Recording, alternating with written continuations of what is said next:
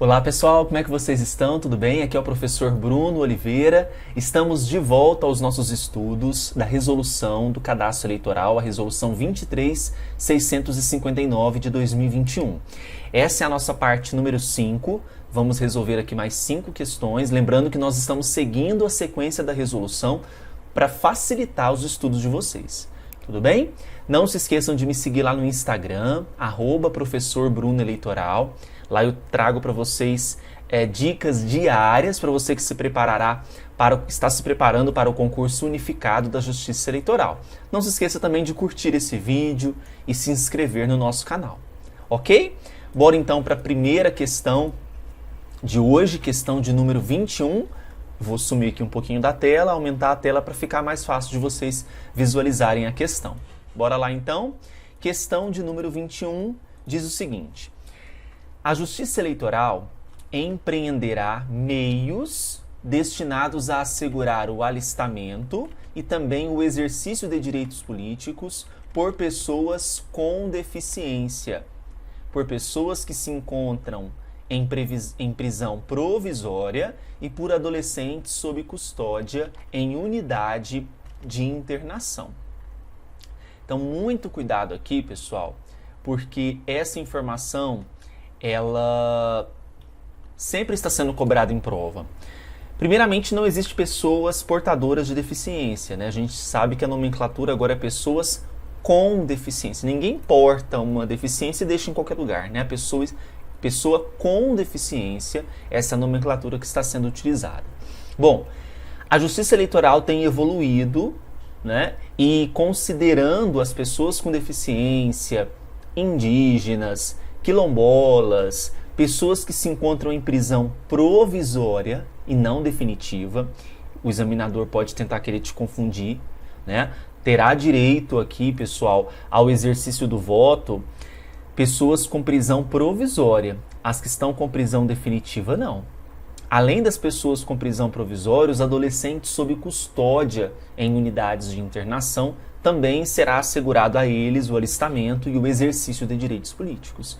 Então, caberá à Justiça Eleitoral empreender meios para que essas pessoas consigam exercer esses direitos. Então, vamos lá? Pessoas com deficiência, as que se encontram em prisão provisória e os adolescentes sob custódia em unidades de internação. Então, a questão número 21 está correta. E vocês vão encontrar a menção a essa disposição no artigo 12 da resolução, parágrafo único. Tá bom? Próxima questão, 22. É direito fundamental da pessoa indígena ter considerados na prestação de serviços eleitorais sua organização social, seus costumes e suas línguas, crenças e tradições. No tratamento de dados das pessoas indígenas, não serão feitas distinções entre integradas e não integradas, aldeadas e não aldeadas, ou qualquer outra que não seja auto-atribuída pelos próprios grupos étnico-raciais. Bom, complementando o que eu disse anteriormente, a Justiça Eleitoral tem evoluído para considerar, para abranger aqui os direitos desses diversos grupos, né? Seja as pessoas com deficiência, seja aqueles que estão em prisão provisória, seja os adolescentes sob custódia. E claro, aqui, durante muito tempo, os indígenas foram deixados de lado, né? Era assegurado o direito ao voto somente aquele que estava integrado à sociedade, ou aquele não aldeado. Não existe isso mais, não existem essas distinções mais. Tá? Então, os direitos das pessoas indígenas serão considerados também no que tange a questão eleitoral, na questão do direito ao voto. Será assegurado a essas pessoas indígenas o direito ao voto e não se fará nenhuma distinção se essa pessoa indígena é integrada ou não integrada, aldeada ou não aldeada. Ok? Não serão feitas distinções desses grupos. Somente serão feitas distinções, aquelas distinções que é o próprio grupo étnico-racial se auto-atribui, tá bom? Então, perceba que a legislação, e no caso aqui a resolução, tem colocado os indígenas em um patamar de igualdade, tá? E esses direitos são assegurados. É um direito fundamental da pessoa indígena ter considerados esses direitos. Ter considerado na prestação de serviços eleitorais a sua organização social, seus costumes, suas línguas, suas crenças, suas tradições. Então a questão 22 também está correta, tá? Artigo 13 da resolução. Questão 23. É direito fundamental da pessoa com deficiência, inclusive a que for declarada relativamente incapaz para a prática de atos da vida civil, estiver excepcionalmente sob curatela ou tiver optado pela tomada de decisão apoiada, a implementação de medidas destinadas a promover o seu alistamento e o exercício de seus direitos políticos, em igualdade de condições com as demais pessoas. Mais uma questão que vai complementar o que nós temos falado, né? Então nós temos aqui a justiça eleitoral andando nesse caminho, né, de assegurar direitos a todos sem distinção. Então falamos sobre os indígenas e aqui também nós estamos falando agora sobre as pessoas com deficiência. Não vão ser feitas distinções, né? E esse direito, veja que a resolução tem colocado como direito fundamental, né? Muitas vezes a própria Constituição tinha considerado no seu texto isso, né? Mas na prática não estava acontecendo. E a Justiça Eleitoral, andando nesse caminho, né, de igualdade, de tratamento a todos os grupos, né, a assegurar esse direito a todos esses grupos, tem colocado na resolução agora como direito fundamental. E agora a gente pode observar no artigo 14 da resolução esse tratamento que é dado às pessoas com deficiência, certo? Então, artigo 14 manifesta aqui nessa questão 23 pelo gabarito correto, tá? Questão 24. É vedado à pessoa com deficiência ser auxiliada no ato de votar por pessoa da sua escolha. Cuidado, pessoal, por quê?